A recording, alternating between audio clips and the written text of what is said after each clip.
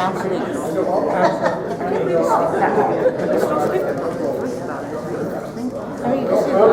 somebody ought to Try to wait. get started here if we can. First, I'll just introduce some of the people that are here.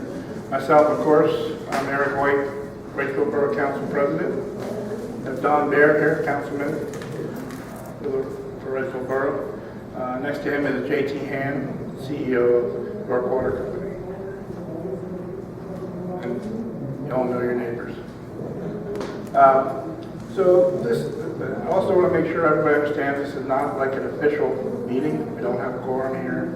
It's not like that. This is an information-only session where we'll be telling you how we see the situation and our plan for lowering your water bill and preserving some sanity for the future. Started about 3 years ago when we learned of some needs for the water and sewer company. Most everybody here has one of these. Yes. And so this is our topic of conversation. So let's kind of, there's Fred, I see Fred Smith is here. Fred both on the Borough Council and, Fred, you can come up here and sit if you want. Okay, he's on both Borough Council and head of Municipal Authority. Okay, so this poor unfortunate guy here, that was on Helen Street, that's me. So if we take a look at the water bill, we're going to go over several things here. One thing that you're going to want to kind of set aside for this session is the RC or refuse current. That's your trash bill amount, $25.50. That's not really the topic of what we're talking about here tonight. Your water current and your sewer current are these two top numbers. This is your base rate. This is what you pay for water, so to speak, and pay for sewer. These two numbers are the ones that are of greatest concern. A few years ago, you have this DS, in this case $26.43. Everybody with a meter got this charge. This was a cumulative debt charge at that time, set aside so that you could see what we were paying on debt service versus water and sewer. This new charge down here is also a concern. How did the debt occur? If you could just hold on to your questions to the end, let me go through it. I may answer some of your questions. Afterwards, we'll take your questions and stay as long as you need. So no rush, no problem. But we'll be talking about that here in just a second. So this newest bill for $9.80 a month was added recently when the municipal authority borrowed some funds to do some repair work. So let's get a little history. This is our sewer plant. It was constructed around 1970. Apparently before that, this is before my time, some of you may remember, before that we had cesspools and drainage fields in Wrightsville. So sewer was probably a real good idea. In 2009, they did an upgrade, and this was to comply with state regulations and how many particulates of this and that you could exit into the river. It quickly goes off the deep end into technicalities and isn't really critical for the point of our discussion. But the cost for that was $5,116,166.64. Don't forget the 64 cents. That, along with the, at the time it was financed with a bond, and then later converted to a loan because it was financially sensible to do that. And that is where you came up with this, along with some other things. There was some other debt. That's where we came up with this 2643 debt service. Okay? And just so everybody understands, I'm telling you as a customer, I'm not a member of the municipal authority. They're not here represented other than Fred back there. This is the Borough Council, and they're a separate agency, so everybody understands. This is the water plant up by the one court. And the water system in Wrightsville was previously privately owned and was purchased around 1990 for about $1.5 million. Okay? Not in great shape at then. and they knew that. It was in the condition, it was in rough condition. When we worked on Locust Street here a couple of years back, this is when I started becoming very alarmed. The 400 and 500 block of Locust Street was redone by Wrightsville Borough. When we did that, one of the solutions we were going for was to get that hump out of the road. And the reason the hump was in the road was that the water pipe was too close to the surface. One of the really interesting things about Wrightsville Borough is, and you all know this, live here, we sit on a great big ledge of rock. So anytime you want to run a pipe, you're usually busting up rock to get through. And when they put the original water pipe in 70 years ago, they didn't go down any further than they had to. So to get the road bed at the right height, that's what we did. We put in a new water main. This is a piece of what we took out of there. That's what your water was coming through the pipe with. You'll notice this tuberculation inside the pipe, and I'm told that's common. Doesn't look like fun to me, but it's common. And that's a 70-year-old pipe, which should also concern people. They also at the time replaced all the services to the individual houses, which is something you commonly do. Those were coming out the top of the old pipe. So at this time, I started talking to the municipal authorities about 3 years ago. Said, hey, this is bad, and what are we going to do about this? And it's going to cost. At that time, it was several $100,000 to replace this pipe in conjunction with building the road. And if this was an example of one block, it really concerned me as to what the rest of the situation was. So as time went on and nothing changed, we moved on to Helen Street. And since Helen Street's going to be repaved, and I know this is a source of concern for people, but one of the reasons that it's taken so long is twofold. We want to make sure all the work is done below ground before the new repaving so that we don't cut into new paving right after it's paved. So the water main was replaced from Front Street up to 6th Street. The gas company came along. They're doing their work. They replaced the services that they wanted to replace. And now the work that you see going on are the storm sewers, which are also pretty old. Those are being replaced, as well as the handicap ramps and curbing and some sections of sidewalk where needed. All that work was supposed to be finished last spring, and then PennDOT was going to pave last spring, but as you can tell, that didn't happen. So, got drug out a little bit. We're assured that it's going to be done this summer sometime, after the guys are done with the ADA ramps and the storm sewers. But the area of concern for me, again, is this is the pipe that was taken out of Helen Street, cross sections of the pipe. This pipe is 109 years old. This is what happens when you don't replace pipes. If you look at this pipe, this section, it's almost completely closed. Now, I don't know what the effective diameter is for that. I'm sure there's a flow test for that, but that looks pretty bad. And that concerns me because I'm down at the end of Helen Street, as a lot of folks are. And I'm worried about the possibility of my water not being there, and God forbid a fire. What kind of volume can you get through a pipe like that? So it's a good thing that was replaced, but we have a lot of pipes like this, okay? And we had to borrow money to do this. And that's where you get this extra charge, okay? The municipal authority most recently borrowed right around $3 million to do this job, as well as replace some pumps, some other work that was needed in other parts of the borough, and to do some work on Front Street to replace the water main there, which hasn't happened yet. And that's why you don't get another charge in your debt service. So now your bill, this guy's bill here, is up to $112 a month.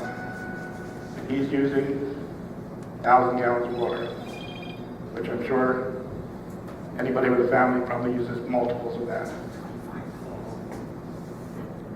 So what's next? What's next after this? How many times are we going to see something like this happen, and what are we doing about it? Well, my concern is what's literally coming down the river. Not so much even the maintenance of the pipes. That's one question. Every time we do a major pipe upgrade, it seems as though we have to borrow money, and your debt service has increased, your bill goes up. And that's not necessarily an answer. But I'm sure you've seen it in the news. The Chesapeake Bay is not happy with Pennsylvania, New York, or Maryland. They have new requirements, federal government's involved. They always come out with interesting plans that we have to follow, but they don't provide funding for it. We call those unfunded mandates. We don't know what's going to happen, concerned about how much it's going to cost, and again, how are we going to pay for it? The only way right now is debt, more debt. These are an example of some of the federal documents that are floating around, federal studies. This one came out shortly after we upgraded the sewer plant, talking about the need for further improvements. So that was in 2013, right after we had just spent $5 million to upgrade our sewer plant to meet the current standards. This one scares a lot of people. Dissolved plastics.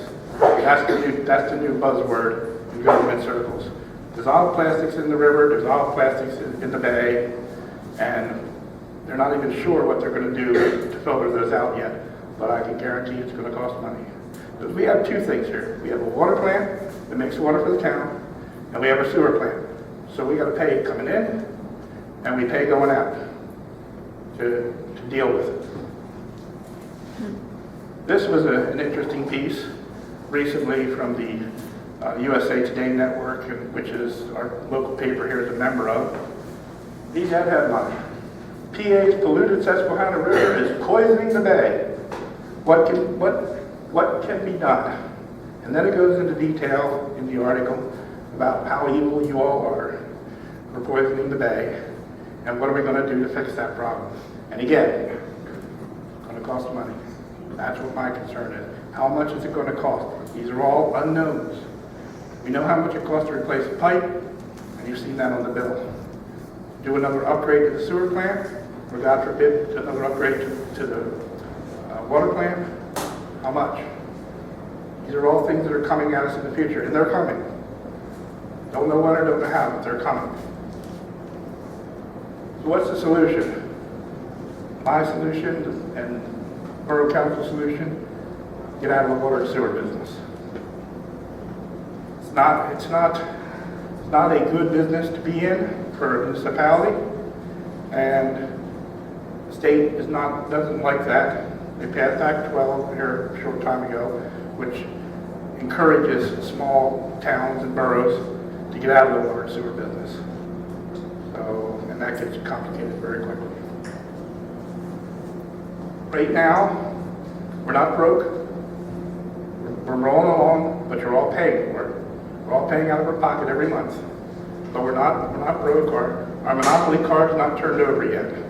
So we still have some choices. You can still make a decision to stop the debt, to stop getting further in.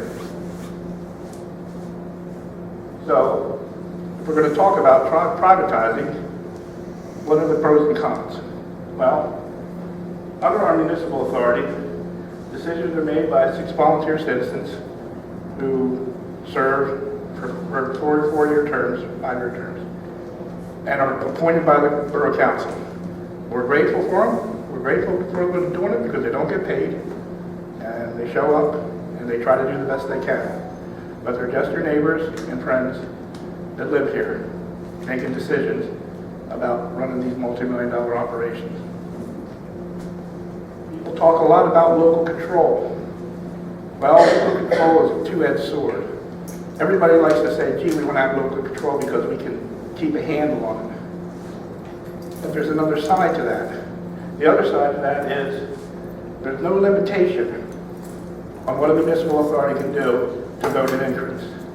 They can vote an increase at any time, for any amount, without consulting. You have no input. They do what they need to do, and to some degrees it's sometimes necessary, but they do what they need to do to keep the water flowing and to keep the sewer flowing, because we don't want that backing up. But they can do that at any time. Just raise the rate, which you've seen they've done twice here. We put the debt service on without consulting citizens.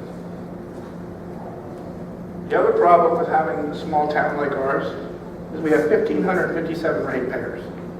That's the sum total of our business, our water and sewer business, 1,557 customers. So every expense has to be paid for by that many people. Okay? And this is where the math gets real interesting. I'll give you a simple example here. Remember back when you were in high school and you were in algebra class and everybody said, why do I have to sit here? I'm never going to use this. We're going to use that now. So your water and sewer company, whatever it is, just as an example here, needs to borrow $3 million for upgrades and repairs from whatever source. The government said we had to put something in. You got 3 pipes that broke, whatever the case may be. You need to borrow $3 million. If you compare this with a private company, okay, a municipal authority versus private company, both organizations, for the sake of our argument, get the same terms. We're going to borrow that $3 million at 3% interest, because interest rates are good now, for 20 years. Okay? This will result in the payment of $16,637.93 a month, which is oddly enough the same mortgage payment if you live in California and have an average house. So, what does that work out to be? Well, under our municipal authority, we have 1,557 ratepayers to spread those monthly payments out over. That works out to be $10.68 a month per meter, each one of you. Comes up to $128.16 per year for the next 20 years. And over that term, you will pay $2,563.20 for each one of those improvements. And remember, we've had 2 increases already, and there's more to do. And and oddly enough, we have a price that's pretty close to that. They didn't actually borrow $1 million. The terms were a little different, a little more favorable. But there it is. That's what it looks like. It shows up on your bill. Let's take, for example, a private utility company. For my example here, since it's easy, let's say a company the size of York Water Company. They have about 198,000 customers. Okay? They borrow that same amount of money. Except when they break it down over their rate base, it's 8 cents a month per meter. 96 cents a year, $19.20 over the term. So we start to see how sometimes it's not a bad thing if you're part of a larger system. With that in mind, and the future looking mighty scary, Borough Council, majority of Borough Council, sent this resolution to the municipal authority. Saying, look, we're concerned about the future.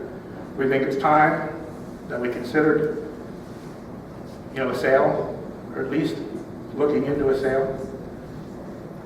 What are you guys going to do about it? And for me personally, this is a little frustrating because for the past 3 years, it's exactly what I've been doing, is asking the municipal authority, do you have a plan? Is there a plan to lower the rate, lower people's bills? Is there a way we can save people money and still keep the municipal authority? Nobody's come up with a plan. Nobody even got back to me with an idea. Okay, so I was a bit frustrated.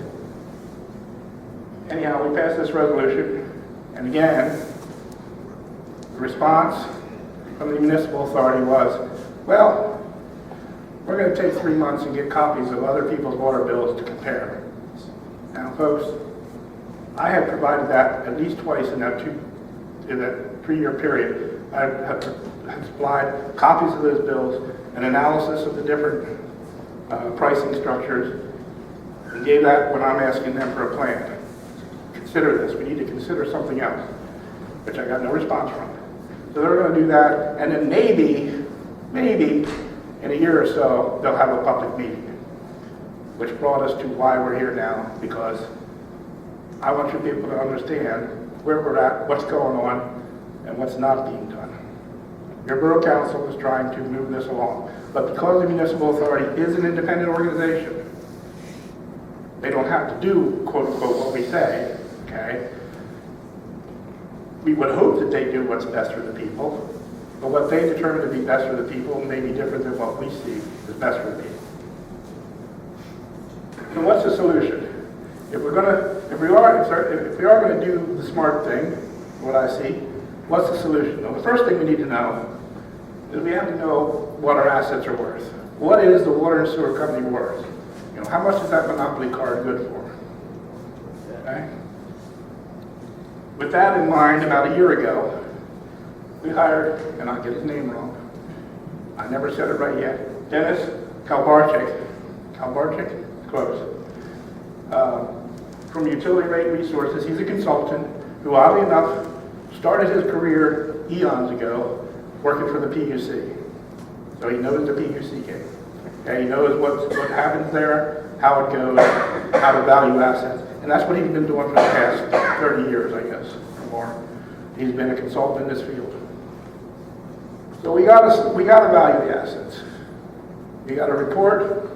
Everybody on the borough council got a report. Everybody in the municipal authority got a report. Copy that report. I can't show you that report now, and I can't tell you what the value was because I don't want JT to know. Because he might be a bidder, or it's probably will be a bidder, if we do decide, if we can get the municipal authority to agree with us and sell the assets, sell the water and sewer. So it was better than I thought it was going to be. So our plan is still on track. So what the other considerations, and we learned some of this during the process, because it took about a year for Dennis to get the full valuation of the assets, look at what we have here, look at the depreciation, all of the magic numbers that the accountants like, and come up with a number and give us advice on this, because he knows the topic. One of the things that's very important, and this is one of the things that alarms people, because you keep hearing stories in the newspaper about these terrible situations where people sell their water and sewer assets, and 3 years later, bam, sticker shock. They get a massive increase. This is where this part of the conversation is very critical. You need to find a reliable, stable partner with a proven track record. There's companies out there, and I won't say their name because they may be bidders. I'm sure we're going to hear from them. But there are companies out there that will pay almost anything like it's an eBay auction to buy your water and sewer assets. Problem is, they have to find a way to pay for those. And if rates aren't reasonable, and the pricing is not reasonable, you're going to end up having to cover that difference. So, for some politicians, it's a great thing because you get a big money windfall, and then later on, the people get hammered. That's not what we're about here, okay? I'm interested in lowering the water rates. The plan that we have in play, or that we want to do, will lower your water rates and protect you for the future as well. We need to make a deal. It's a win-win for everybody, and doesn't have that magic surprise 3 years later, 2 years later, 5 years later. And you can read these articles. Ask Uncle Google. Uncle Google will tell you all about it and scare you. But I assure you, this is not what we're going to do. And the other beautiful thing about this is we don't have to do this. We go through the process, we look at the process, we talk to people, we get a price. If we don't like it, we walk away and try to find another solution. There's no must-do here.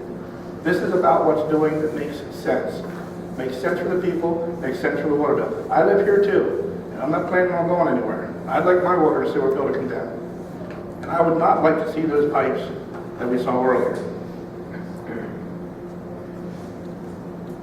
So along these lines, and I'll tell you because he's here, and because the municipal authority already has a relationship in place with the York Water Company, which you guys probably don't know about unless you follow this.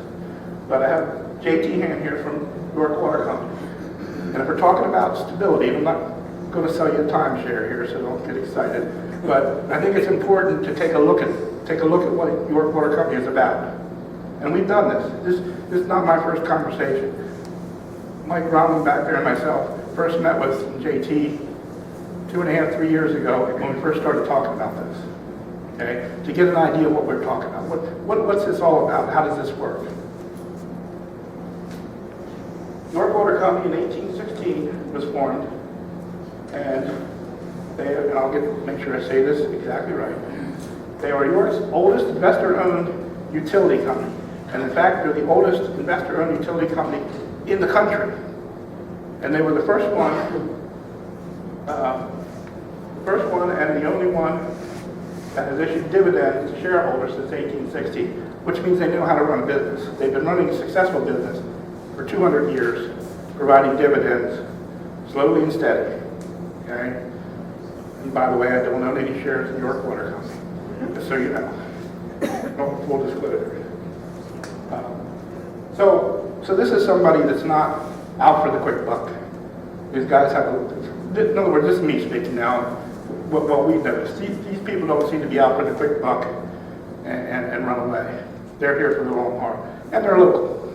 Talk about local control. I consider York City local. I can go in there and knock on the door if I have to. They're not in Philadelphia. They're not in Pittsburgh. They're not in Chicago. Right downtown Philadelphia, and they've been there for 200 years. Using them as an example, you want to start talking about the water bills, and this is all a variable conversation at this point, but just so you understand, if you look at the base rates of the water, setting the debt service aside, because the debt service would be something we would retire in a sale. There would be no more debt service. If you look at our water rates, this is a little hard for you to see, so you guys might have seen this already. This is the borough's water rate, 0 to 2,000 gallons for water, $24.50. And I'll talk about water here because the sewer really isn't going to change. The water is the thing that's a variable in this conversation, and the sewer generally follows the water to some degree. So $24.50 for 2,000 gallons. So the sewer is $26.02. But here's that debt service out here. And you've seen all those numbers before. If we come over here to the York Water Company rate card, and you can see this online, it's public, it's right there. This is everybody. This is their official rate card, but they're allowed to charge by the PUC. They have a base charge, starts at $16.25. That's your customer charge. Similar like you see on a PP&L bill, customer charge, just for being a customer, being hooked up. Then they charge per 1,000 gallons. For residential, 5.012, just $5.01 again per 1,000 gallons. Okay, so it's easy to add up your bill. Of course, if we were commercial, you get a better rate. I don't know why that is, but I'm sure there's a reason. So I'm just going to turn my house into an office, get the lower rate. Anyhow, so with these rates in mind, let's take a look at this poor unfortunate guy that lives on Elm Street. So, in his most recent bill, he used 1,000 gallons. And under Wrightsville Borough Municipal Authority, his bill was $112.25. That includes the refuse now. It's there on the bill, easier to just leave it alone for explanations and visibility. So let's compare that if he was a York Water Company customer in the same situation. Now I put trash service on here, but again, I'm not talking about trash service, I just left it in there so we can compare apples to apples. Well, he's got a customer charge of $16.25. He used 1,000 gallons of water, so that's 5.012. We're going to round down. Yeah, the sewer charge of $26.02, that's the same. But his total equivalent bill this month would have been $72.78.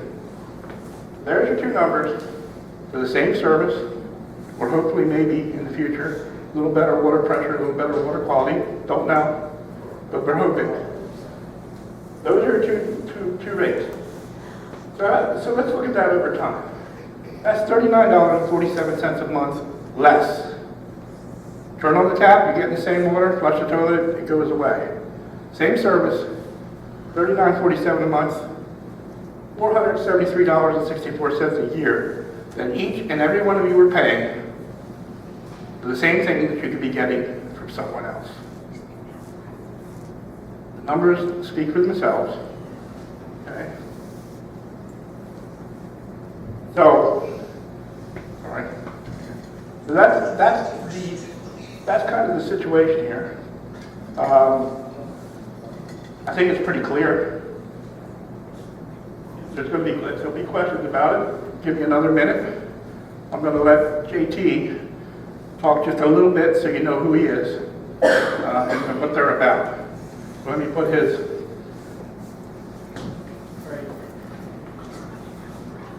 Put his up here. While Eric is doing that, can everybody hear me okay?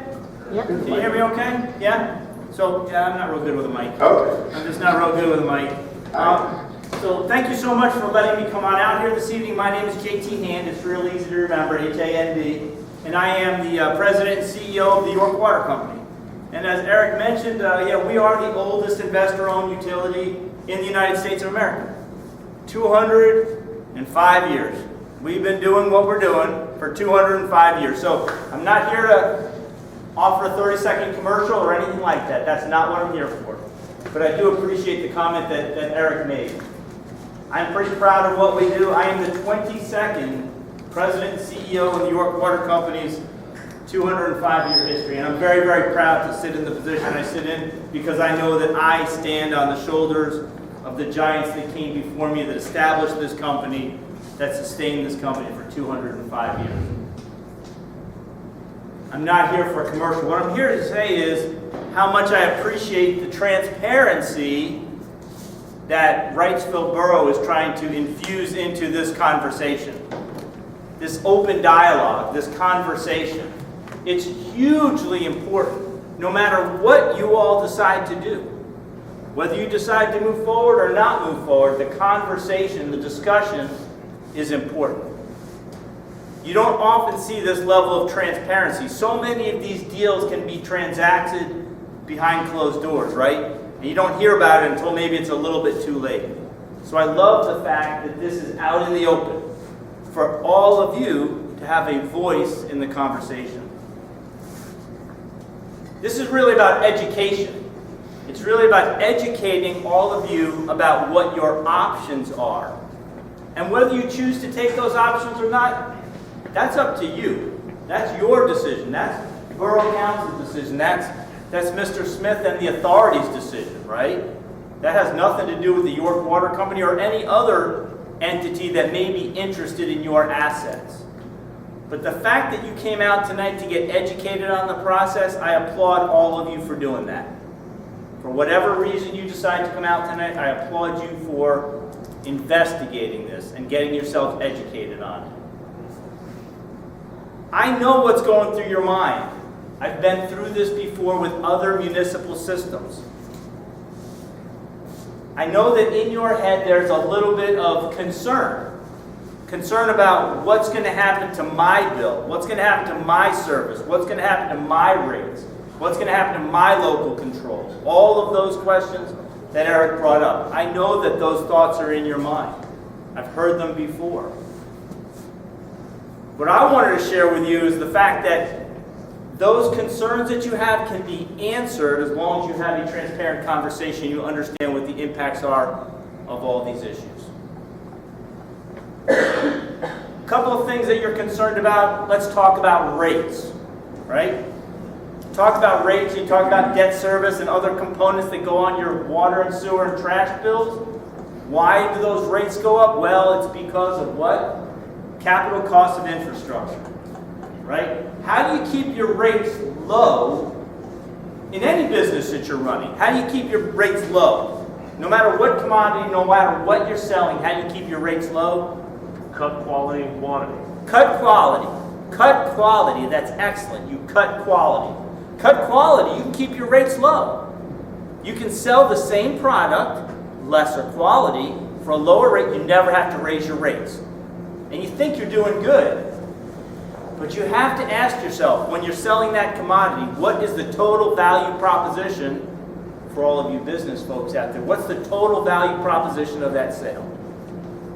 It's not only the cost, it's also the quality. You have to take that into consideration. Cost plus quality.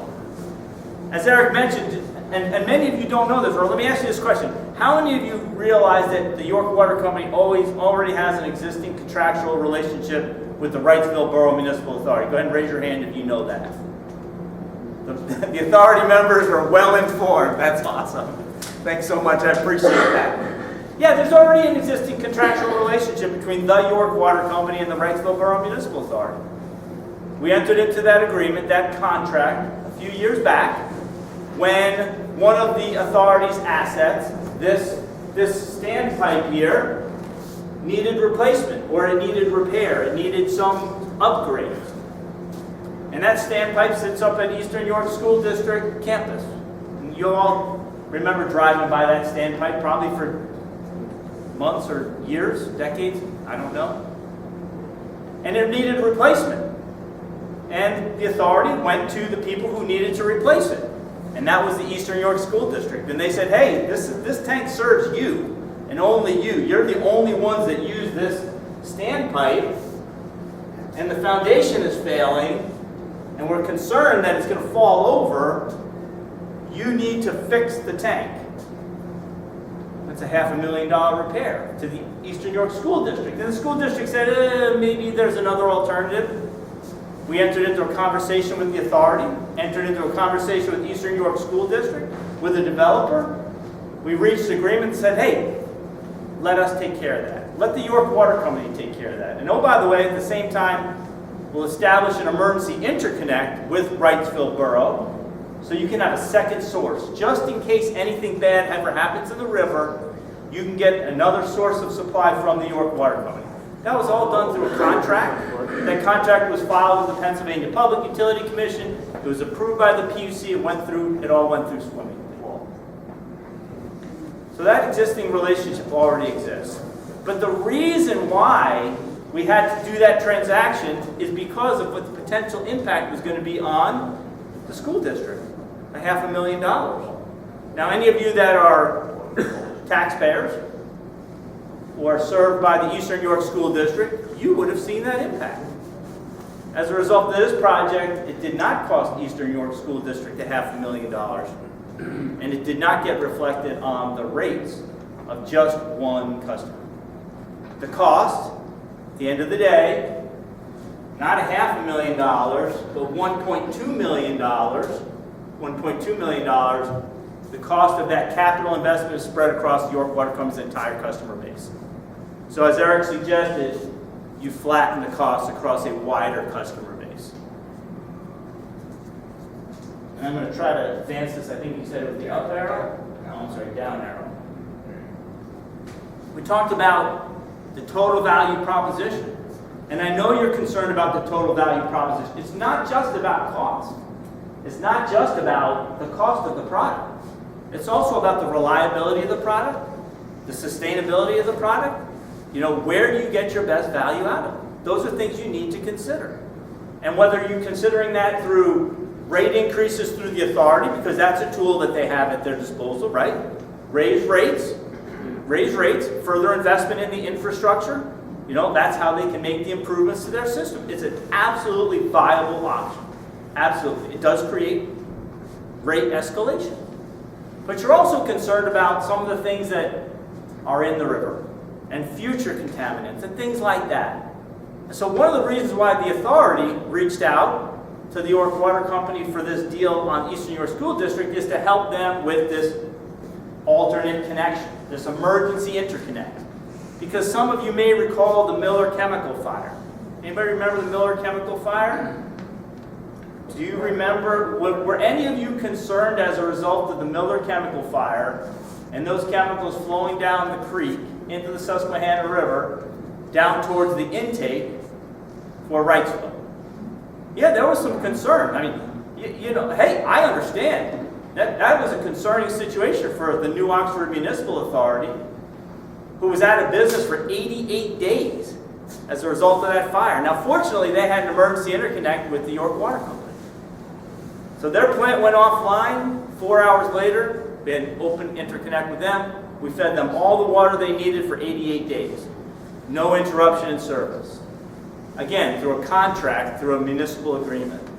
Well, we established the same exact agreement with the Wrightsville Borough Municipal Authority because I did get that call from the Wrightsville Borough Municipal Authority engineer who says, hey, we might need some help. If this slug comes down the river and hits Wrightsville, we may not have enough water in storage to be able to take care of it. Now, fortunately, that didn't happen, and fortunately, the authority did a phenomenal job in managing their resources during that. But that creates anxious times. It really does. It creates anxious times.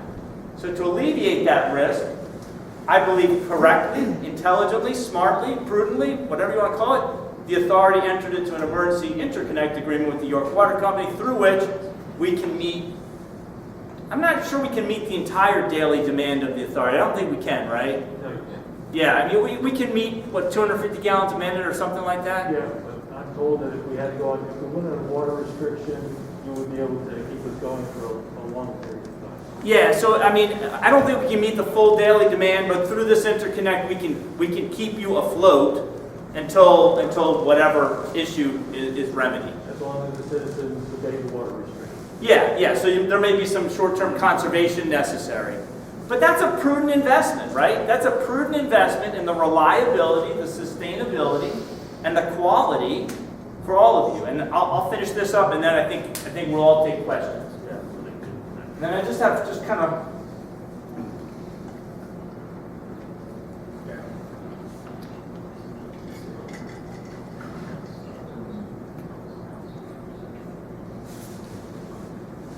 And then the other reason why you invest is why. Why do you invest?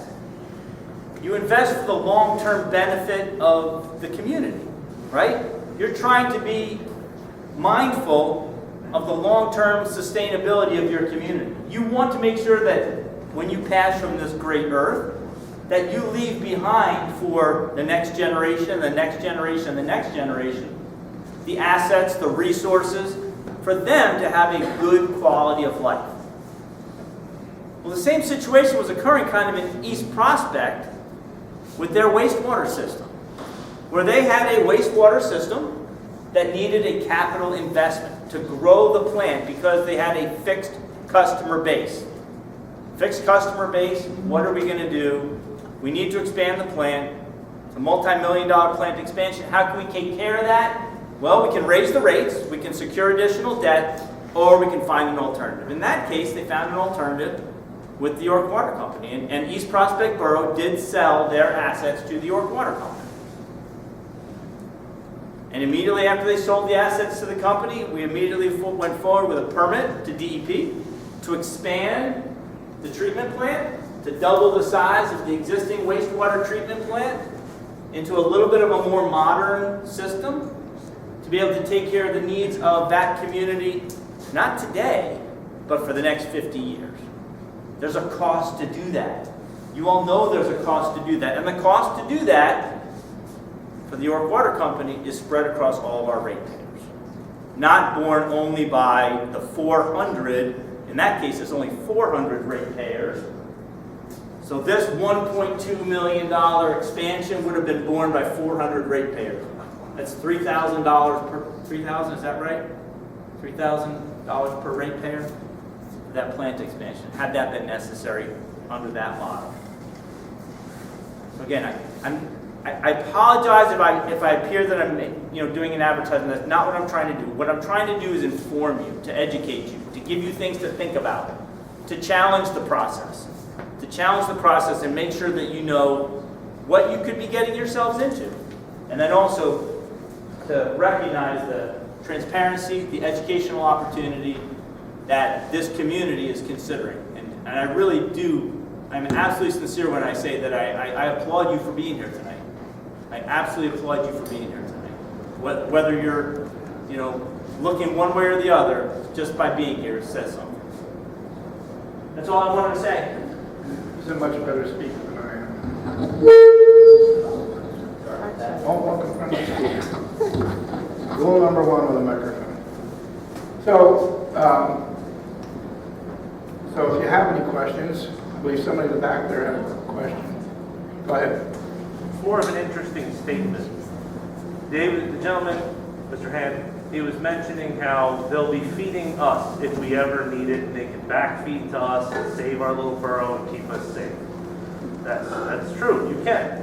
But also, it didn't seem to mention that we're a new tap for them, that they can drain us from, because we have direct access to the river, and just so happen there's no other access from here to Maryland.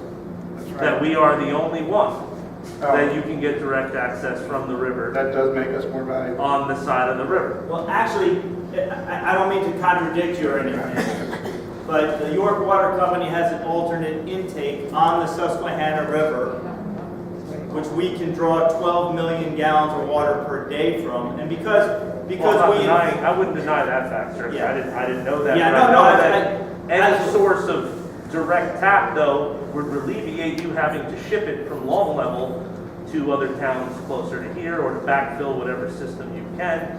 And this is a system that's already existing and up and running for you to do so.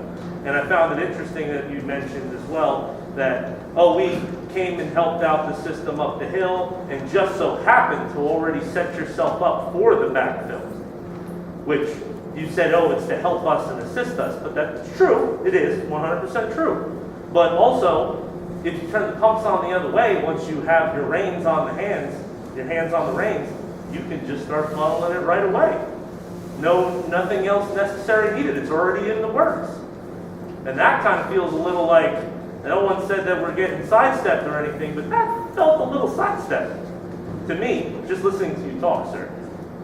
Yeah. That the system that you put in place to fill us and help us also helps the York Water Company already. That was just something I noticed yeah, and in the talking. the current configuration of the emergency interconnect, it's a one-way interconnect. It's a pipe, sir, with a pump. Yeah, it's a pipe. It just goes one way. It pumps one way only. It doesn't pump back up the hill. It only goes one way. I mean, the authority members understand that. I mean, it only goes one way into the Wrightsville system. It can't go backwards. I mean, with upgrades and possibly being reconnected to anything, you can work any configuration you want to once you have the Wrightsville Borough. Oh, sure. I mean, But that's what I'm saying, like, the pipes already exist at this point too. You can change pumps, you can lay out things a little bit different, but I'm saying the direct connect, in theory, you already have all that worked out to get water here. So why don't you already know that you can get water out of here?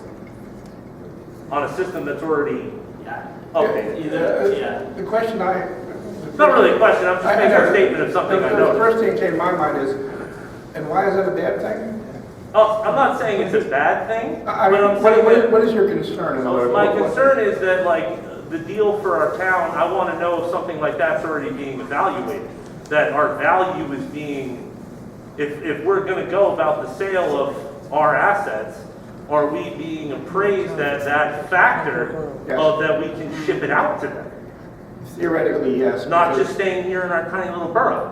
You know what I'm saying? Again, going back to the consultant, that was one of the things that was valued as a potential asset. But just so we cover that, I know JT mentioned that, but from the borough perspective, when he talked about the chemical fire that was upriver, and I don't want to speak for the municipal authority, and I may get this slightly wrong, but I know at that time, we did shut off the intake pumps to protect the citizens. I heard We that. had the reserve here, which again, I may be wrong about this, but I think it's about a 5-day reserve in the quarry. And if people were a little careful with their water, it could go a little further. So that was our immediate alarm, and everybody involved was alarmed at the time. And at that time, we didn't have the interconnect. And that was why, when they started talking about Eastern High School, and what went on up there, that was actually one of the things that the municipal authority was eager to have with York Water Company, because we didn't have any backup like that. And also, he handled this My very... statement is no company does something for free, you know what I'm saying? Of course Like, not. there was a Of course not, benefit sir. to stepping into Eastern. Absolutely, absolutely, and that's not a bad thing. Okay. Just hang on a second. This gentleman back here, just hang on. Go ahead. So after you outlined this for us, how, if this is such a good thing, if you showed us on the water bill that you outlined, what are we waiting for? Exactly. Like, why wasn't this 25 years ago? I thought maybe 10, but I hear you, and talk to the man sitting next to you. He's the head of the municipal authority. Well, there's two sides to everything. I'm Sure. already hearing from you. Yes. I'd like to hear from what their evaluation of this is also. They received all the same information we did. Exactly the same information. Fred sits on Borough Council, and he's the head of the municipal authority. So he knows both sides of this. Fred, is it a good thing? I don't mean to throw you under the bus, Fred, but I'm not going to speak to it tonight.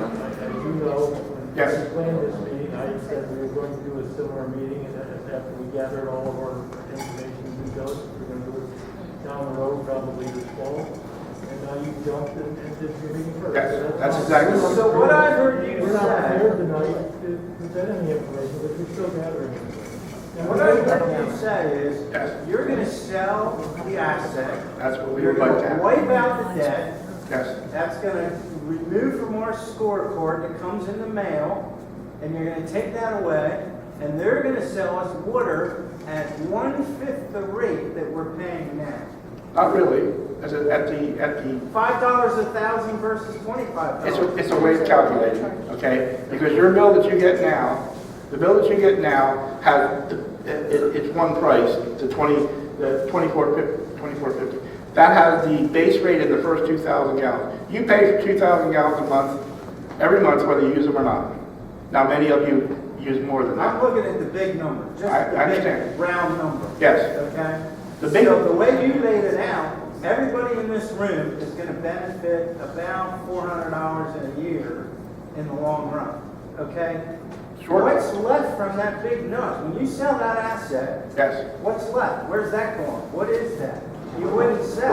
Exactly. What's that nut Okay. consist of? Exactly. And would you please define what you Whoa, mean whoa, by whoa, don't assets? move off that. No, no, no. What's that What nut are the consist of? assets? Hang on, we'll get to you, Dave. Hang on. And is the town solvent, or is the town borough looking to use that asset to clean up other things Exactly. besides the water situation? Exactly.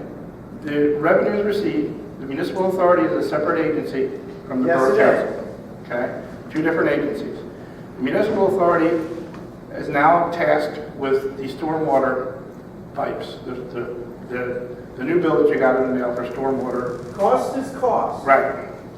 Okay, just so we're clear, it's not Borough Council grabbing for the money. No, Okay, but all of that money is for the good of the Wrightsville citizens. right. Okay? So the good of the Wrightsville citizens. So this big lump of money comes through the door. Yes. Boom. Right. We're gonna take care of these pipes, the bills that was money loaned. We're gonna retire the debt. 20-year loan, boom, Yes. boom, boom. That's all gonna be wiped out. We all benefit. What's left and where's it going? That will be at the behest of the municipal authority at that point. It's only up to them? Pretty much, yeah. I mean, I'm sure we'll have some input in it, and hopefully that money will come to the borough for future projects, for future expansion, things like that. But it's the municipal authority. Does the borough need that money to pay off other debts? No, Is there a hidden pot somewhere? No. That's what I'm trying to ask. the borough is solvent. The borough is sovereign. Sure. That's the question I'm trying to get to. Okay.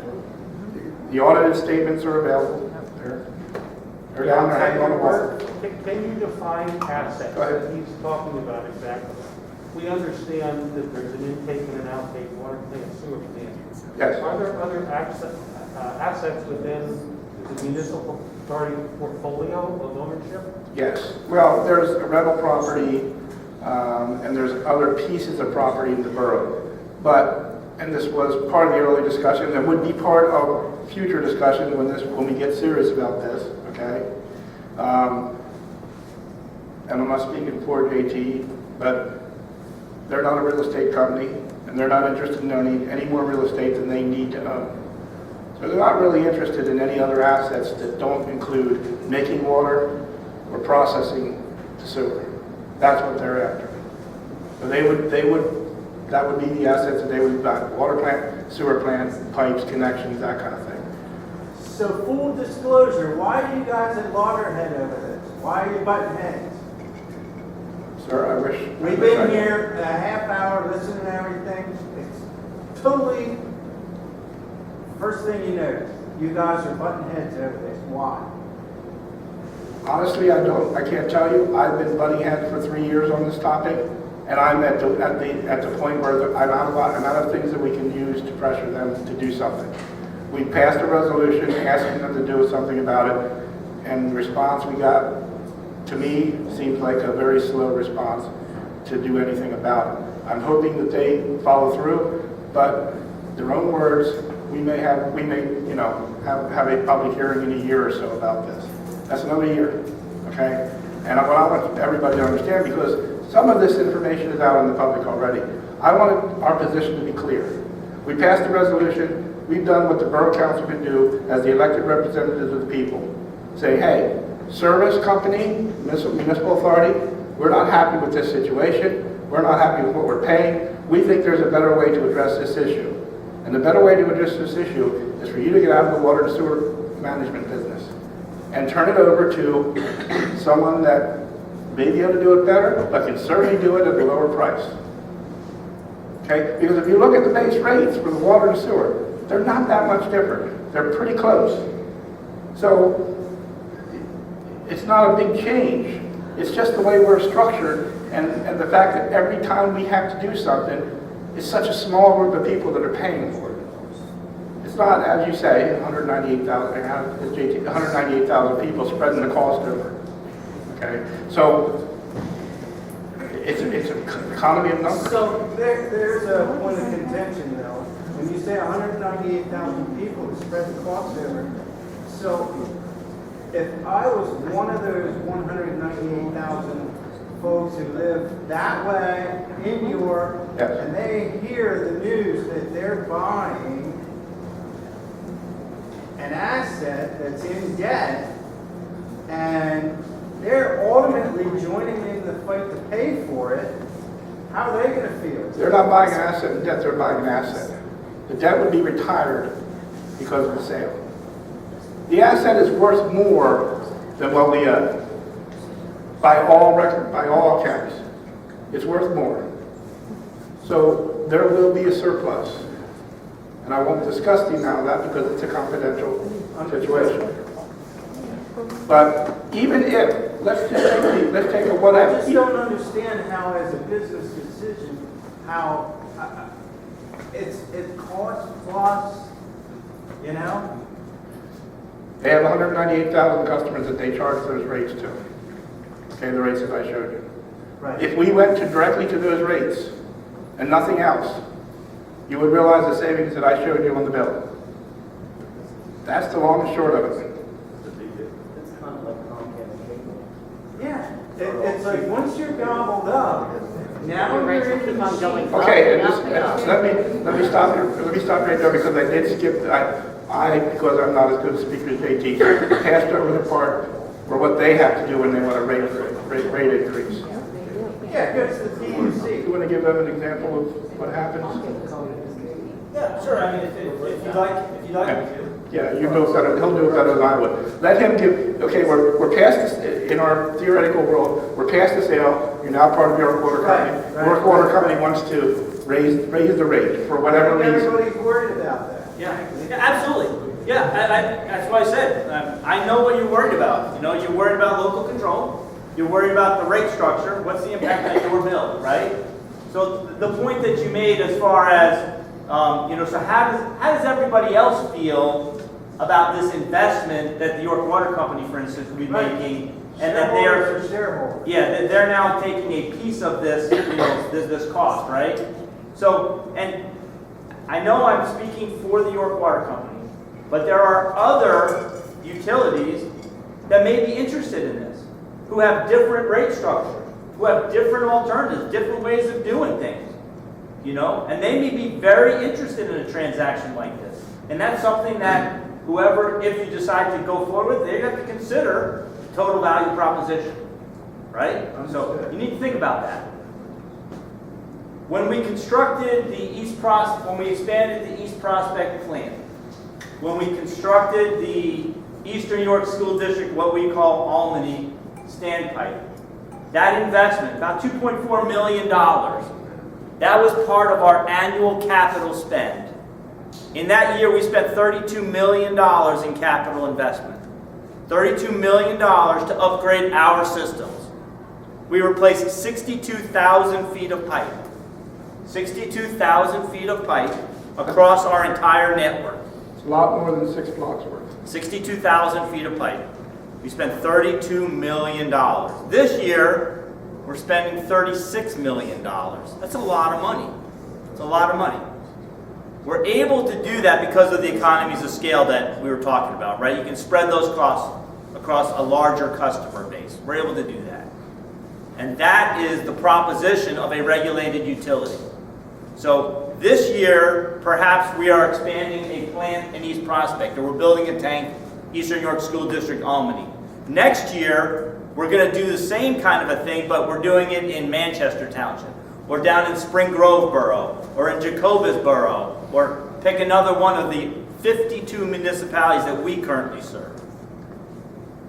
There are other utilities in the state of Pennsylvania, regulated utilities, who serve not only York and Adams County, but they serve Pittsburgh, Philadelphia, Allentown. They serve across the entire state. Millions of customers across which to spread these costs. So they further bring an economy of scale. But the costs are spread the entire customer base. So that way, no individual community, Wrightsville, East Prospect. PUC and how they regulate. Yeah, how often were you denied a rate increase from the PUC? We've never been denied a rate increase.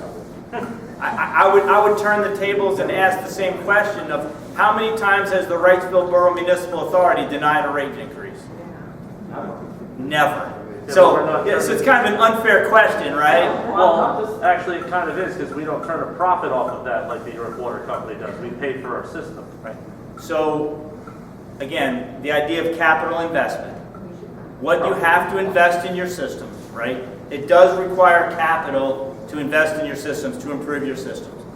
If we want to go forward, any regulated utility, so not just the York Water Company, if we want a rate increase, we have to justify the rate increase to the Pennsylvania Public Utility Commission. We have to apply for a rate increase. And they have to review all of our numbers, all the investments we've made, the capital investment, the cost, the expenses, the profit, all of those kinds of things go into the rate structure, which then comes out through a black box, and they allow us to raise our rates. That goes to the PUC. It's a public process, and any customer of the company can participate in the process. We do not have an authority that can meet in 1 or 2 or 3 meetings and make a decision to raise or lower rates. So that's not the way we work. We don't have the power to do that. Not at the York Water Company. That has to go to our regulators, and it's only the Public Utility Commission that grants rates to the York Water Company. And we do that. How often? The other question you should have is, well, how often do you do that? How often do you do that? We last went in for rates in 2018. So we got a rate increase in 2018. Prior to that, it had been 6 years. We were in 2012 and again in 2018. So, and every utility is different. So every utility is different than the York Water Company. Some are in more often, some are in less often. Some go in for more money, some go in for less money. Just like the electric company. It is, but the process is the same for any regulated utility. You have to go to the Public Utility Commission. They're the only ones that can grant the rates. And what was your rate increase that you were granted the last time? 5.1%. Which on the bill was about $1? That was a little bit over $1 per customer. Okay, so if they did that for the next 20 years, You're we would still be below what we're paying now. If they did that every year for the next 20 years, you'd still be less than what you're paying right now every month. Okay, But it's I have a different question for, for we're you. going to move on. We have to move to Mel. Mel had her hand up next. Go ahead. Here's all I want to know. If you're going to pay 18 million for this, how are you going to get that 18 million back? am I paying 18 million for this? I don't- He told a gentleman friend of mine that you are willing to pay 18 million. Oh, I didn't know I was didn't- willing to I pay didn't- 18 million for It's this. not going to be that I much. never said that. No. Yes, you did. I did not. So, but the question is this, the question is So this. you did say 18 million.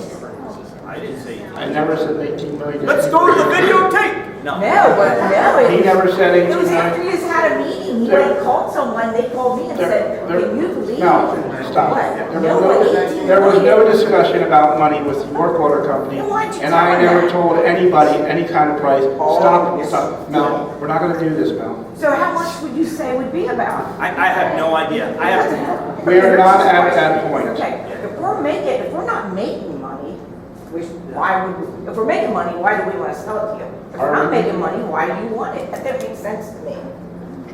It just doesn't, and I know there's a few bad pipes, but also know people on the water company said, a lot of the pipes are not that bad, they're good for 20. you're addressing questions that I don't know anything about your system. I'm That's what I sorry. thought.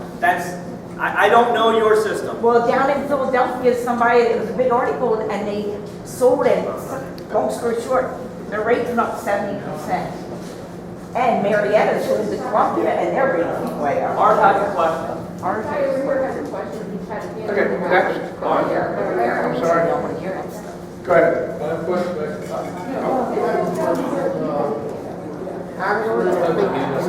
I'm just right next to her, sorry. Go ahead, I'm sorry. You're gonna pay at least $2 or $3 more a month for water on your fixed plan than what we are on our plan. The only thing we're gonna eliminate is the $9.80. Because if you look at 1,000 gallons for $5, there's no household here that uses 1,000 gallons. Right, So absolutely. you figure. Why mine does, but you're. If you figure 4,000 gallons at $5, Sure. $20 plus another $16 on top of that, and you're looking at $34 for 4,000 gallons, and I'm paying right now, and we only have a household of 2, so I can't see where it's going to be any cheaper except the $9.80. Okay, so let's take your example. 4,000 gallons. Right. If you're not on the Wrightsville Municipal, if you're on Wrightsville Municipal Authority, you pay $26.43 and you pay $9.80 on your base rate, right away, right out of the box. You start with that. Okay? It's not just the $9.80, you're also paying $26.43. Right. Okay? Then you start out up to 2,000 gallons, you're paying $24.50. Each 1,000 gallon after that is $4.75. So your 4,000 gallons right now would be, that's $9.50 on top of that, which is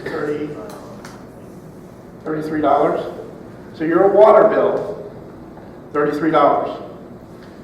We'll ignore the sewer bill because that just follows along. That would be, in our example, that would be the same. They don't have a separate rate for sewer. So they would, and I'm not telling you this, but this is how it would probably go. They would have dropped our rates for sewer. Okay? So, the difference is the water. So your water bill then would be, what did I say, $33. You pay $33 a month for your water. Does that sound about right? And with this plan, And with his plan, $16.25 plus 4 times $5. So you'd be $36.25. Right. 29 cents. $36.29. But, remember, if you were on Real Water, you wouldn't be paying this $36 over here. So add that $36 to your bill before you compare it to his bill. In this example. What, I'm just saying, the only thing that people are saving is that $9.80. No. You're saving the $26.43 that you're paying plus the $9.80. You pay that just having a meter connected to your house before we talk about buying water or sewer. Both of those charges are. That's what they're taking away, the 26 and the 9 gives them 35. Here on your bill. But you're paying more for the water. They're taking that debt away from you right, That's and, what I'm saying, the monthly payment, Is it are higher? right, the monthly payment is The higher. actual water cost is higher. But the water cost is gonna be higher under them. But Eventually. But the overall bill will be less. the overall bill will be much less. You wouldn't, this is your bill now, except that you have a higher water charge and a higher sewer charge because the sewer follows the water, volume-wise, okay? But your water bill here, your water cost right here is what you're talking about. That's the only thing that changes in our example here. Now, this is, again, all a little fuzzy at this point, but these are big numbers. Okay, now, right now, I have a summer cottage that we live in. I do not use my house at all in the summer. Right? I still get charged $26 for water. Sure. Because you charge for 2,000 gallons. And Right. I want to know if this gentleman is going to charge the same thing or just $5. He probably can't answer that. I can answer it. Okay, go ahead. You have a summer cottage, Yes, out of state, someplace else? no, Here. here in Wrightsville. So the way, again, this is just the York Water Company, every village is a little bit different, right? How long you out of your summer cottage? We live there 6 months and we live here in 6 months. So just for the York Water Company, you give us a call, you say, look, I'd like you to turn off my water service. I'm gonna go live in my summer cottage. I'm not talking about turning the water off, because I won't mow the grass, I might have to use the bathroom. Then you would, for us then, what would happen is you would be hit with that service charge of $16.25 I can understand that. every month, as long as it's on. I can understand that. But would I be charged $5 because I have to use 1,000 gallons? No. You only get charged for what you use. So if I use 100 gallons, I'm going to get down to 35 cents or whatever. No, you won't get it because we wait until it flips. So it's going to have to go over 100 gallons before you get your bill. So if you only use 5 gallons or 12 gallons, hopefully you have a low flush toilet, so it's 1.5 gallon flush. You know, you could be in there for weeks. But what I'm Before saying, it hits 100 gallons. $96 and I don't live there. And in Wrightsville, whether you use those 2,000 gallons or not, you pay each month. Well, I'm asking him if he's going to charge $5 a month. If I'm understanding him, no. He's not Only gonna, if you use the water. he's not gonna charge you until the meter says you used 1,000 gallons. Whether it's this month, next month, 3 months down. So all summer, if I use 200 gallons, You're going to pay $16.25 25 cents a month. every single to month. being connected. Every month. okay, the $5 is deducted. Eventually that register is going to flip. It's going to go click. And once that goes click, I'm sitting in my office going, he just flushed the toilet. Oh, there's $5 for the company. I mean, I just want to point out, you know, the first charge is too much. I understand, but no, I mean, And don't forget also, just to make the comparison fair, he doesn't charge you until you use the actual amount of water. In the borough, you're paying for 2,000 gallons each one of those months, whether you use it or not, plus you're paying $26.43 and $9.80 for those months as well. So each one of those months that you didn't use, but enough to flush the toilet, you're paying an extra 36, whatever the number comes out, it's 36.43, I think it is. You're paying 36.43 before you flush the toilet the first time. Okay? That's the way it is now. That's the way it is now. And if we do nothing, and nothing changes, nothing gets better, nothing gets any worse over the next 20 years, we don't ever fix another pipe, you're going to be paying that same amount if we continue to own the water and sewer assets. That's all I want to know. Okay. Art? A couple things. I have the, Yes. I guess the numbers.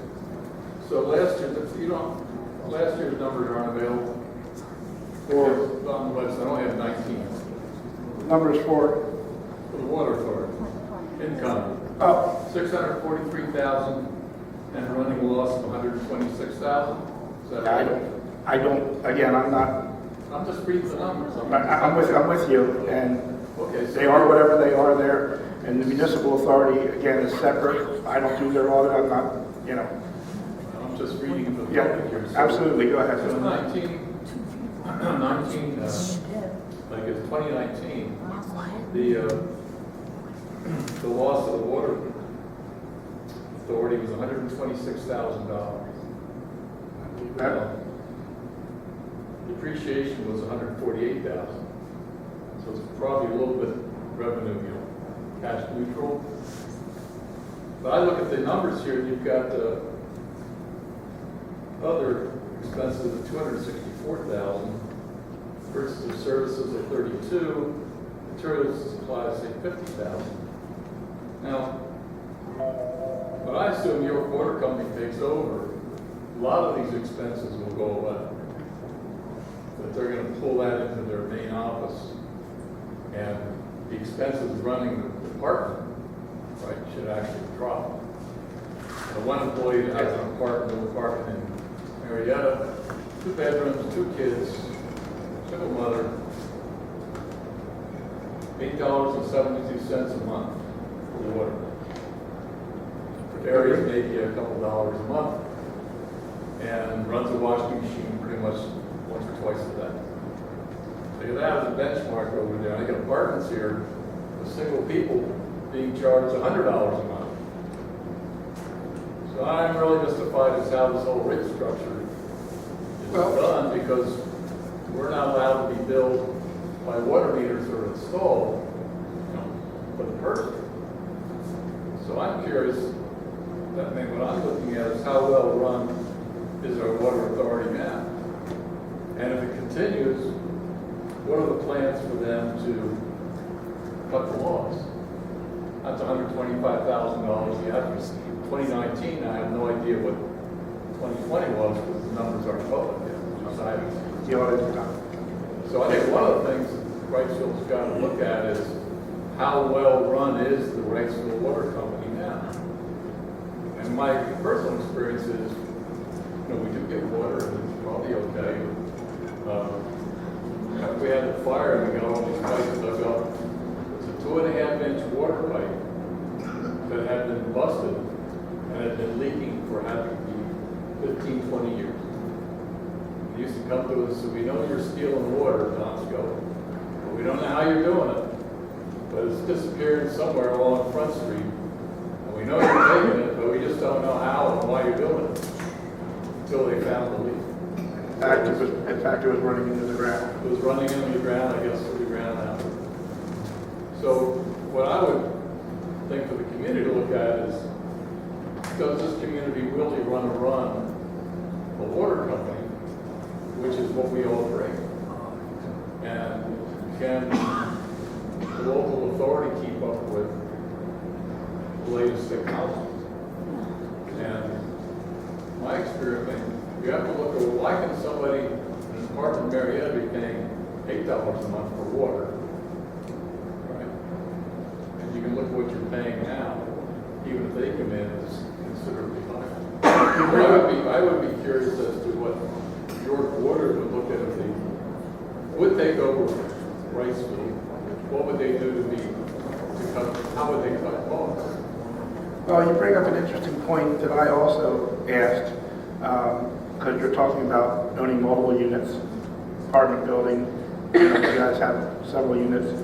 And under the Wrightsville system, each one of those apartments has its own meter, pays its own $36 in cost a month, pays its own base charge, pays its own minimum 2,000 gallons. I'm also an apartment owner, building owner. I have, 5 meters there, 6 units, but there's only 5 meters because I have 1 unit not used. But I pay 5 base charges, 5 debt service charges, 5 other debt service charges, and pay a minimum of 10,000 gallons. There's only 1 pipe coming in from the street, but I have meters for every unit. And this is one of the questions that I posed early on to JT, and we got a little bit of a fuzzy answer, but really, and he's welcome to clarify this for me, I don't want to speak for him, but in the case of York Water Company, they're interested in how much water is sold. So if you have a building that you have, 10 apartments in, and you're paying for the water for those 10 apartments, you have 1 meter. You pay 1 base charge, and you pay for how much water you use, and that's it. There's no multiple debt services for each unit. There's no multiple base charges for each unit. There's no multiple minimum 2,000 gallons for each unit. So in your apartment building, for my apartment building, if I look at my bills each month, you know, I may be using altogether 10, 12,000 gallons of water total. But I'm paying all the base charges on top of that. Whereas with with York Water Company, I'd be paying $16.25, and in this case it's commercial. So I'd be getting a lower rate of $4.55 per 1,000 gallons. So as an apartment building owner, this is very attractive for me. Okay, and it's also attractive for an individual owner, but it's even more attractive for multi-unit owners. Go ahead. It's abundantly clear that the authority and council are at loggerheads, as I said before. And it's a shame that we can't have, like, why couldn't we have this meeting with both represented equally so that we know both sides of the story at the same time? You're couching an example without the other side of the story to counterbalance it. So we're not getting a true indication of exactly what's going on in our town, which is how it was portrayed. So I think it's really, like, everything you said, Eric, sounds wonderful, okay? But there's a counter side here that we're not privy to. And I so encourage to you to hear ask all for it. this and walk away and say, oh, they have it figured out. Well, these guys, they have something figured out too, and they have some major concerns. Until you know both sides of that at the same time, I don't think you can even have this conversation. This conversation is about the 3 years the Borough Council has been asking those exact questions of the municipal authority. Look, this is what's happening. We think it's too much. Do you have a plan to fix it? And for 3 years, I got deer in the headlights. I got a blank stare. And this is what I'm showing you, that we're at a frustration point here. You call it loggerheads, I call it frustration point. That when we approach the municipal authority, they don't want to talk about it. They don't want to deal with it. They're not interested. And we passed a resolution, which is the strongest thing that the Borough Council can do. Passed a resolution saying, look, we've looked at this. The numbers don't look right to us. We need an answer as to what's going on and why you guys aren't doing a better job, or why we aren't considering a sale. And we think, from our evaluation, we hired an expert, we got an evaluation, we think a sale is warranted. What is your response? The response I got directly was, we're going to take 3 months and look at some other people's bills. And maybe next, and I'm quoting Fred, and Fred's right there, and he'll tell you if it's wrong. And maybe next year sometime, we'll have a public meeting about it. And I'm sorry, but I want the people to know that, look, it's not us. Well, don't be sorry. I'm not asking you to be sorry.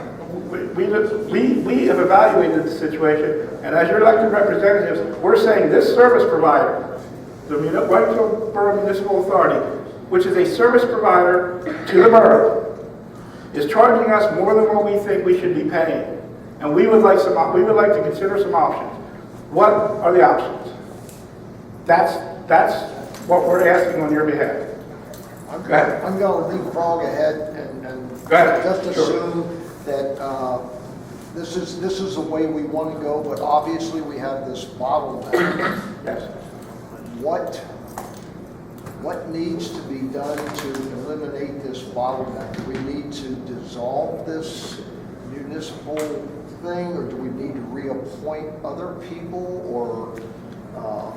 The long version is exactly that. The only power that the Borough Council actually has over the municipal authority is we appoint new members.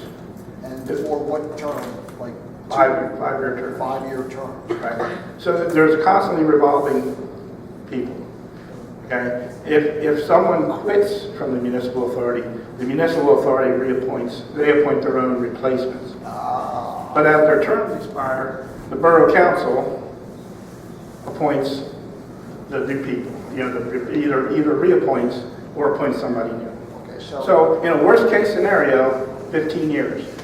to replace everybody on the municipal authority that are like-minded. In reality, we're hoping there's some people here that will see the light, and, you know, there's no way to deny the numbers. I have asked for, do you have an alternate? Give me a different scenario. What do you have? I've gotten nothing. I've gotten nothing, okay, over 3 years, nothing. And so, if you replace enough people to get a majority, you're in good shape then. So, not necessarily 15 years, but maybe at least 10. If we can't convince them. And what I'm asking the public at this point is, look, you have to convince them at this point. You've got to say something to them. You've got to talk to your neighbors. You've got to talk to the members of the authority. We've been screaming out, and look, this is too much.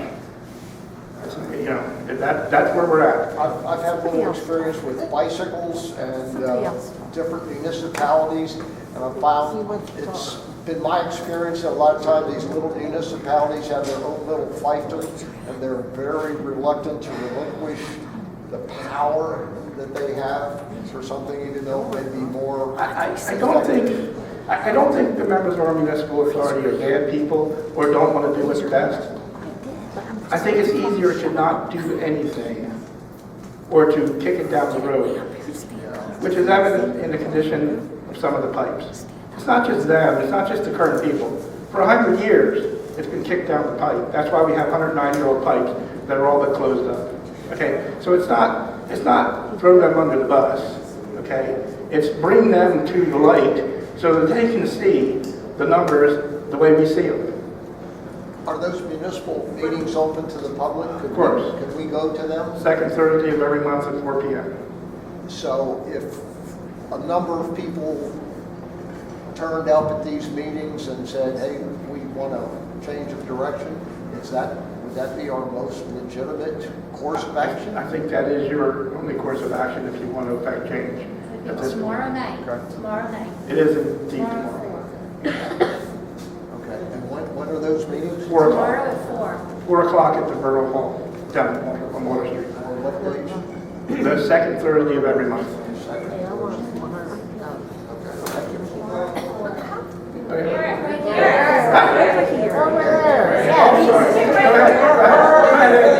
Go ahead. Come on, Jeff. First of all, I'm not a resident of the borough, but I do know two properties that I've owned for almost 40 years. When I first bought the property, the water and sewer system was owned by the Dalton Water Company in Harrisburg. Now, you said 1990. I think that's when The water. I think that's when the borough bought the water system back from Dolphin, which was then sold to UK company. So my question is, there was an outside company that owned our municipal water company and sewer, well, water anyways. With water. Okay. So what does Mr. Hand have to offer us that wouldn't happen because things were in terrible disarray then? And that's why we bought our water company back. So what happened? If I could comment on that, because he's, you know, if you're committing something, coming. What I looked at when I evaluated the situation and started talking to them was 200 years of running a water company, experience, running a company where they have provided dividends for their shareholders, and all that time, they have a record, some kind of record about that on the exchange, that they provided a dividend regularly, and yet their water rates are darn close to ours. So, I'm not saying that they're running it bad, but I'm telling you that they seem to be able to run their operation really efficiently, and you don't hear people complaining about their water. Well, here we go, we're talking money again, I understand. But just one more side thing, since you own property in the borough, but you don't live here, Right, you can serve on the municipal authority. it's commercial property. Still serve on the municipal authority. And I was wondering, say, why is commercial cheaper than residential? Absolutely. Jump right in. You can answer the other question too. It's the other way around. So the question the gentleman had, if anybody didn't hear, you want to know for the York Water Company, why is the commercial rate lower than the residential rate? That's because that's the rate that the Public Utility Commission established. Okay, They but established the It rate. is not that way for the electric companies. Yeah. And it's not that way for the gas company. And I honestly, I cannot speak for the methodology that the Public Utility Commission follows, you know, regarding how they establish residential, commercial, and industrial. The other rate that the Public Utility Commission establishes is fire protection. So they also establish that rate for the York Water. I used to work for a company that's PUC. Yeah, so they. I just wonder why you would achieve that. Yeah, that's a good thing. Yeah. All right. Miss Bobby Joe. Thank you. I heard Mr. Enoch Spencer say that if this is all such a good thing, why have we not moved forward with that? My question is, unfortunately, whether we sell to York City Water, whatever, whoever we sell to, members of the municipal authority possibly lose their jobs, correct? Okay. I'm going to put this out there. Are we not moving forward with this? Because unfortunately, I think it's Mr. Smith, you said, that runs the municipal authority, is also on borough council. So I would think, doesn't take a rocket scientist to figure out, there's a little bit of controversy.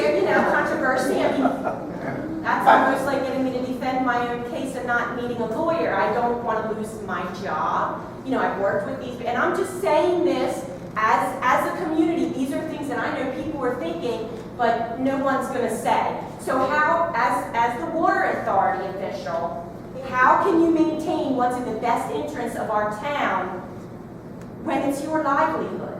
Well, first of all, Fred doesn't get paid. Fred doesn't get paid for the municipal But authority. the people underneath can do. But the people that work for him, Exactly. Fred makes $50 a month, just like the rest of the council members for being a council member. I just think that's a little bit of a... But you do raise an interesting point about the jobs, okay? And JT won't speak to this, but I will speak to this. The people that are working for our facilities, this is not the first time we've outsourced a service. If you all remember back a few years ago when Mr. Gromling back there and I got on council, one of the first things we did was took a hard look at the police department and what we were paying and what we were getting. And at that time, if I remember correctly, we were paying in the neighborhood of $440,000 a year for police coverage. And y'all didn't know it, but you never had 24-hour service. There were multiple times when we were on state police, okay? Mike and I, mainly me and Yellen in the background, we negotiated a deal with Helen Township for police service. All of our officers that were working for us at the time, not including the chief, the union members, all got jobs with Helen Township because we're still patrolling the same amount of space. All got jobs and raises because Helen Township was paying more, got raises and kept their seniority. And if you ask any one of those police officers, they'll tell you that they're happy as clams because they're still covering Wrightsville Borough. We have 24-hour coverage. We have a detective on staff. We have a K-9. You never see them. Yeah. And we pay less. I never see them. We're still paying less. We should pay less. We don't see them. Have you had to call 911? When you dial 911, their average response time is less than 6 minutes. I get a report every month. If you're not seeing them, you're not calling them. And that's a good thing. No, I want to see them. I just want to know if we're Give 'em a not call. moving ahead because of a conflict of interest. Well, That's all. getting It back just to seems like a conflict. getting back to the employee thing, okay? Any deal that we would negotiate, hopefully, with any company, they still have to run the facilities. And skilled operators are not falling off the trees that could run the equipment. So any deal would certainly, we would want it to include some kind of a guarantee, at least for a term, for the employees. I'm not interested in putting people out of a job. I'm interested in getting a service that we're paying too much for, lowered in price. These guys seem to do a pretty good job of managing it. Now, I don't know, I can't say that everybody's going to keep their job, or everybody's going to get exactly the same job, or that we would be able to even do that. But that would be, again, part of the negotiation process. But we're not even there yet. We're not even at the negotiation process because we have been unable to move it forward. Again, remember, if we don't like the deal, we walk away. We just walk away from it if it doesn't look good. But we need to get to the point where we have a deal on the table. Go ahead. Okay, so you already broke apart the stormwater out of the bill. We're getting a new bill on that. So when they do more working on the streets, pulling up the pipes and putting in new pipes, we're still going to get billed for that. Stormwater billing wasn't pulled out of anything. That is a wholly new cloth invention, okay? I understand that. Let me- That didn't come out of anything else. The municipal authority is handling the stormwater for a very simple reason. As a municipal authority billing it, they can bill every property in the borough. If the borough handles it, we would do it through a tax, which doesn't apply to all the properties in the borough. That's the simplest way I can put it. Let me just finish, please. Yeah, go ahead. So on Locust Street, I only know where I live. Yeah. So you went down there, you ripped the whole street up, you did the storm sewers, you did the water. Yes. You did the sidewalks, you did everything. You raised our taxes, we had to pay for our taxes went up. Yeah, but I didn't vote for it, but go ahead. Whatever. Our taxes went up, we paid for the sidewalks, and then they added bills on top of our water bills. So, if another company owns the water company, there's no way they're going to do all of that at one time. How are they going to repair the water pipes without affecting all those other things? I see that we're still going to get added bills and new bills as we do more repairs to the roads. Okay, so let me see if I understand your question.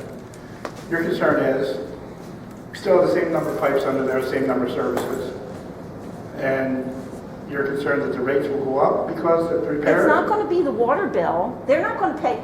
If another company owns the water pipes, Yes. they're not going to go do the storm sewers because that's not their concern. The municipal authority didn't do the stormwaters on your street. the borough. I'm not just talking, I'm talking about the whole town. Okay. I'm saying, they're only going to be responsible for the water pipes. Water and sewer. That's right. They're interested in the water and sewer assets. That That's is correct. Right. So as you work on new areas of town, they're not going to assume that entire cost. They're only going to pay for the water pipe. If they, the way it is right now, if they cut our street, they're required to fix their water pipes at that point, or their sewer pipes. They are required to put our street back the way it was, okay? And this is a very tough topic with our roadmaster who's standing in the back of the room, Mike Grumman, okay? Because other utilities, I'll give you an example, the gas company are required to do the same thing. Gas company digs it up, they're required to put the street back. They file a road cut permit, they put a bond up for it, and they put the street back, and we don't have a lot to complain about with the gas company. Okay? Our municipal authority, because they're part of the borough, cuts the street up, they're supposed to put it back as well. It gets fuzzy. Again, if he's doing it as an outside service, it better be right, or Romney's going to be on the phone to him just about every day until it is. Because anybody knows, Mike, knows that's what will happen. So, yes, I understand your concern, but it doesn't really change the dynamics of the picture. It's just somebody else that's responsible. It'll still get fixed. This thing will still happen, and the road will still be repaired. Does that answer what you were? Okay, then please tell me where I went wrong. What part? So when that happened, Yes. when they did Locust Street, Yes. at that time, they didn't add it to the water bill. They just raised our taxes. And they gave us individual bills for our homes. Your sidewalks. Yes. Yes, and that wouldn't change no matter who owned it. The sidewalks are the responsibility of the homeowner. Unless we can find some great. Well, that was ridiculous because we couldn't do it ourselves or pay our own contractor. That was a whole. And that is a legitimate argument, and that is a valid argument, and you can argue that to Borough Council, and we'll discuss that with you.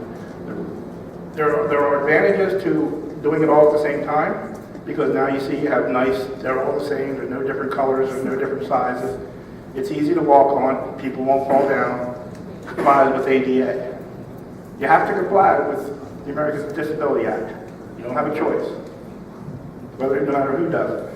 That situation there was a joint project between Wrightsville Borough and the Municipal Authority, although some of the things that the borough did, the stormwater sewer in the future would be done by the Municipal Authority.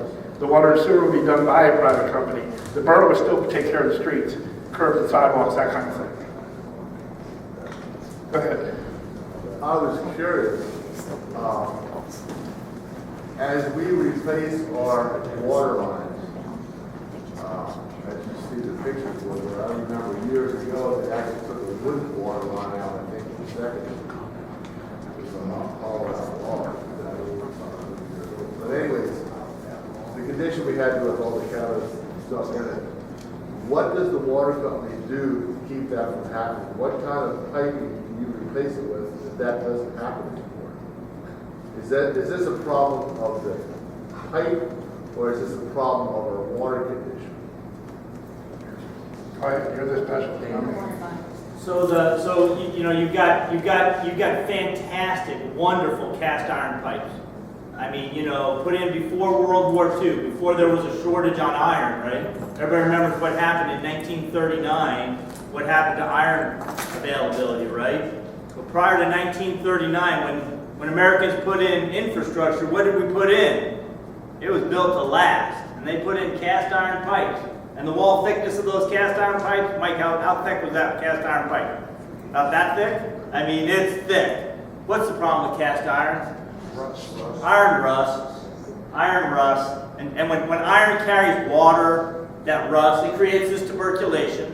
Anybody take any supplemental vitamins? Anybody ever taken like a 1 a day or anything like that? Have you ever read the instructions on the 1 a day? What's in there? Iron, right? So instead of taking a 1 a day, just drink the water. Because the iron's in the water. I mean, it precipitates out. But that's really the case, is that the cast iron pipes. Okay, what do you use today to place it? So, do you have plastic lines? No, we don't use any plastic. We use ductile iron now. And it's the same thing that the authority uses today. Any pipe that the authority places, you're using ductile iron, right? Yeah, cement line ductile iron. It's spun cement on the inside of ductile iron. But now ductile iron is much more malleable than cast iron, right? It doesn't break as easily. Cast iron doesn't flex. So when you drive over the top of a cast iron pipe, like I heard there was a pipe that wasn't buried too deeply. When you hit that pipe, ductile iron, bang! You'll snap the pipe. When you hit ductile iron, it has a tendency to flex. And the cement lining on the inside of the pipe prevents the water from gaining contact with the ductile iron, which prevents the tuberculation. Now we too, any old community, and there's a bunch of old communities in Pennsylvania, aren't there? There's a bunch of old communities in York County, Pennsylvania, in Lancaster County, Pennsylvania, in Adams County, Pennsylvania. Old communities, right? When we put our first pipes in the ground, what were they made of? Somebody said it. Made out of wood. Yeah, we had wooden water mains from 1816 until 1840. And then we replaced them with cast iron, then ultimately with ductile iron. And the quality of the product has improved, but it's not that beautiful, thick cast iron pipe that's going to be able to last in the ground for over 100 years. And it's going to depreciate over 100 years. Right? So, ductile iron, spun cement lining. I have another question for you. How many municipalities does your water company serve? Like we would be. So the York Water Company serves 52 municipalities, 52 different municipalities. We have a single rate tariff for those 52 municipalities.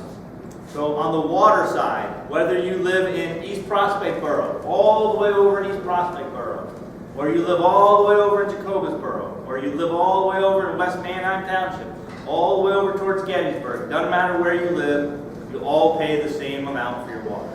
Now, as far as the infrastructure of your company, you do all your own maintenance, or is it contracted out? So we have a combination of in-house and contract support. for all of our maintenance activities and all of our capital improvements. So you have your own repair equipment and crew and help. To maintain our 1,000 miles of water main. So that means you should have pretty fast service. Again, I mean, if you want me to go on a commercial, I'd be happy to go on a commercial. Well, I'm just saying, in this day and age, the infrastructure's all falling apart because it's 100+ years old. It needs replaced, repaired, it needs replaced, repaired. It's past Band-Aid. And that was my concern, that can your company keep up with the demand of the upcoming changing infrastructure in the county? Talking about buying it, Jeff. You're talking about buying it. So again, No, I wonder what as I they're said, gonna do for us. any regulated utility, the York Water Company or any of our competitors in this space who would be interested in this system have the financial and the technical capacity to be able to own, operate, maintain, sustain, and grow the systems to meet the current and future demands of the customers of these communities. Period. Period. That is the bottom line. You know, and again, I don't know how many feet of main were replaced in the borough last year. We did 62,000 feet. You know, so if you did, you know, They did more. 6,000 or 10,000 feet, you know, that's a good amount. You know, 2 miles of pipe replacement in a year. That was my concern, to keep up with What you're mentioning there, I would just like to add that when we started looking at this thing, we're also looking for somebody that's going to have the same concerns that you have. Are they going to keep up with the maintenance? Are we going to see that 109-year-old pipe? What I can tell you is, you know, from the people that we've looked at, and we haven't looked at all of them, we haven't gotten offers from anybody or anything like that. But they've been doing it for 200 years. They're the guys that invented it 200 years ago. They were first. Here in the country, they were first. So they're doing something right. That's, you know. Well, apparently they're better than Dolphin. Apparently. Anybody else? Go ahead, sir. Eric, I just want to say, you've led us down a path here. Appreciate you presenting this. I personally am going to challenge you and the Borough Council to come together with the Water Authority and find a resolution. You're our leaders, we're counting on you. You pointed out this is a problem. You gotta knock the wall down there. Don't look at us to go down there to their meeting. You guys gotta get together. That's why you're the leaders of this. Get together and figure this out. Because you brought a serious problem to the table here, and we need to get a resolution. The only way you're going to get a resolution is you guys getting face to face and putting your facts on the table and hearing each other out. And that's what it's going to take. And if they need a couple months to get to the table, then set a date. What is a couple months? Okay? At this point, you're absolutely right. You're absolutely right. At this point, it's their schedule. We're sitting at the table right now. Let's get a date. Yeah, I'm not going to put him on the spot because this is not his meeting. You know, this is Well, not. as a 35-year resident of Wrightsville, I think we need to accelerate this to hear the other side of the story. Not in 3 months. It's got to be shorter than that. I agree with you. That's all I can say is I agree with you. And we're sitting at the table.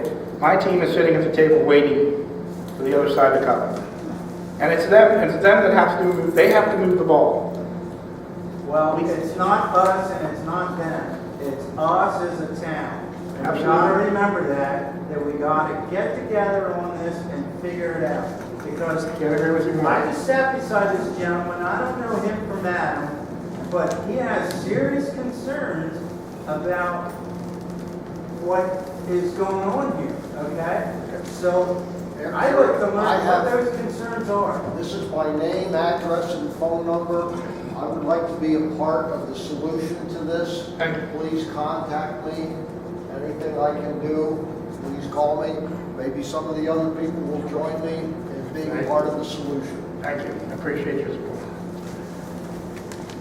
Well, and I don't mean to interrupt, come back to you. I have no argument with Fred. Fred's in a difficult position because he's vice president of Borough Council and he sits on the municipal authority. So he's wearing two hats. Fred's not running for re-election, okay? But he'll be on the municipal authority He's a board. volunteer, for God's sake. He is. You know? But he has some concerns, and I'd like to ask, you know, there should be a way to hear what his concerns are. Absolutely, I talk to Fred all the time. There's not only, it's not just Fred on the municipal authority, okay? Fred is one of 6, and Fred is probably the newest member of the If municipal there's authority. concerns, we gotta root it out and lay the foundation. I agree. What's gonna work. Get in a fight for me. Anybody else? Here's a quick question. Get rid of all these workers. Who's gonna help mow? I mean, just the day down Chester Street, when Mike was putting that pipe in, there they all were, and I thought, isn't that just great? You got all the authority work, now you're gonna have to contract everything out. This is one of the discussions that we'll have in the future. Right, I'm just saying, it's just great to see them all working together, and then if that makes sense, we'll have another workers. Anyone else? No? Thank you very much for coming. Anybody else? Hey, it's nice seeing you, Betty. Nice seeing you again. Yeah, see ya. Looks like David Kennedy.